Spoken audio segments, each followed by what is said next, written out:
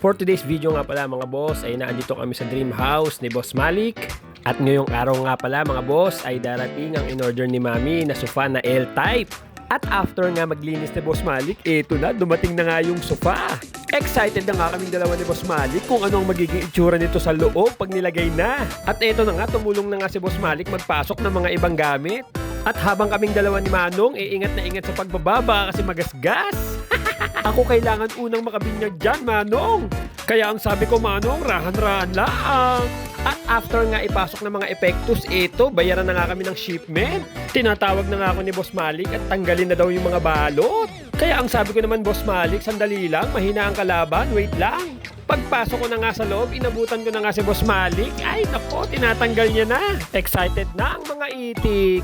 Syempre naman, at sino namang hindi may excite sa gantong kagandang L-type na sofa? Paano hindi gaganda yan? Eh maganda rin yung bumili. Baka si Mami yarn. Sa sofa man lang, yumaman kami. So yun, napakaganda. So kitang-kita nyo naman si Boss Malik. Ang ganda ng upo.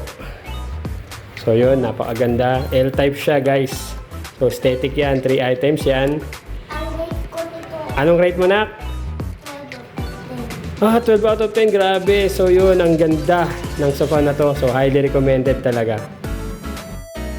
Sa sobrang comfy nga ng sofa na to, nakatulog na nga si Boss Malik. Hinayaan ko na nga siya makatulog dahil baka napagod to sa pagtanggal ng plastic. At dahil din siguro sa komportableng pakiramdam pag nakaupo ka rito.